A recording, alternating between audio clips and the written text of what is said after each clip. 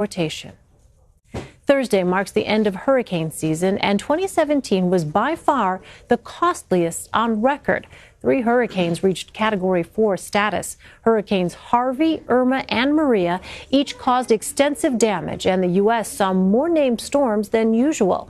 Lead meteorologist Jeff Biradelli from our affiliate WPEC in Florida joins me now. So, Jeff, we saw several destructive storms in the last few months, but just how unusual was this hurricane season in terms of its activity? Well, it was an active season, and I'm glad to see it go, that's for sure. Named storms, we had 17. The normal is close to around 12 or so that was above normal.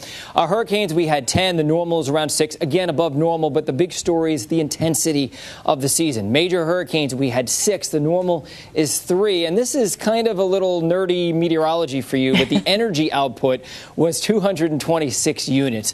It doesn't mean much until you compare it to normal. Normal is 104 units, and what that means is this season in terms of intensity was twice what it would normally be.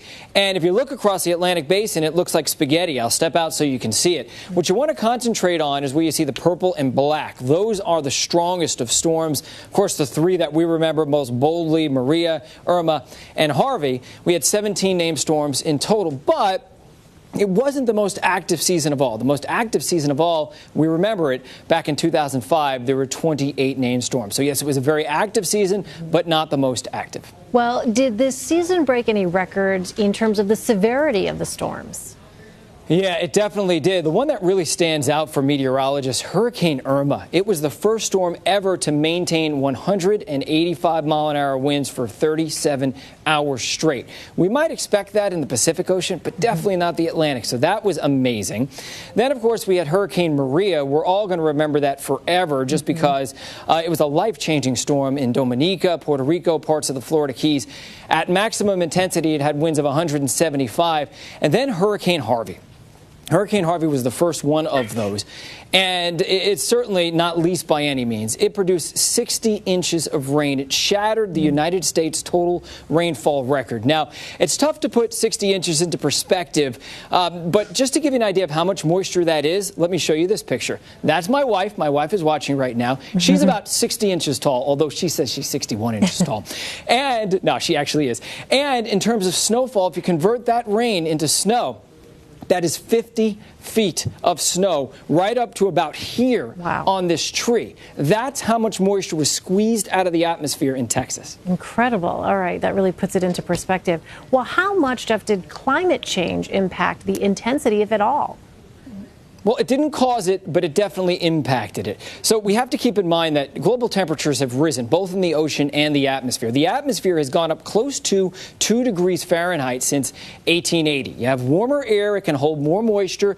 Thus, we have more evaporation. We squeeze out more precipitation. We have more extreme rain events, and we're seeing that. Since 1950, look at how the amount of U.S. downpours has increased. We think we saw that as a part of Harvey. Perhaps 10 or 15% of the rain was due to the fact that we have more water vapor in the atmosphere. The other thing is the intensity of the storm. Obviously, Irma raised red flags. One of the reasons is a lot of this heat that's building up because of climate change is going into the ocean. So the ocean is storing 93% of that heat.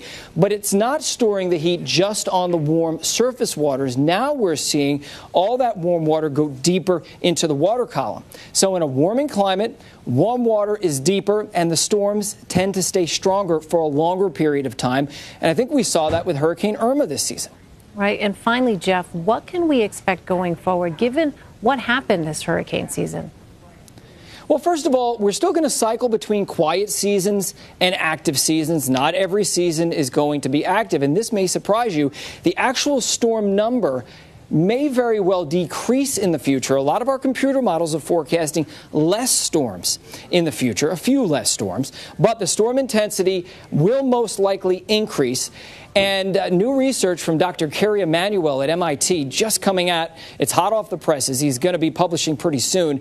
He says that he thinks that tropical systems are actually moving slower. So because of that and the fact that we can fit more water vapor in the atmosphere, storms are going to cause more extreme rainfall, more flooding, and likely a lot more damage. And when you combine that with the fact that so many more people are living near the coastlines, we really have to prepare our structures. We have to prepare our populations for the possibility of a lot more damage in the future. Absolutely. All right, Jeff Berardelli, thanks to you. Thanks to your wife as well for her cameo. I will thank her. I will thank her.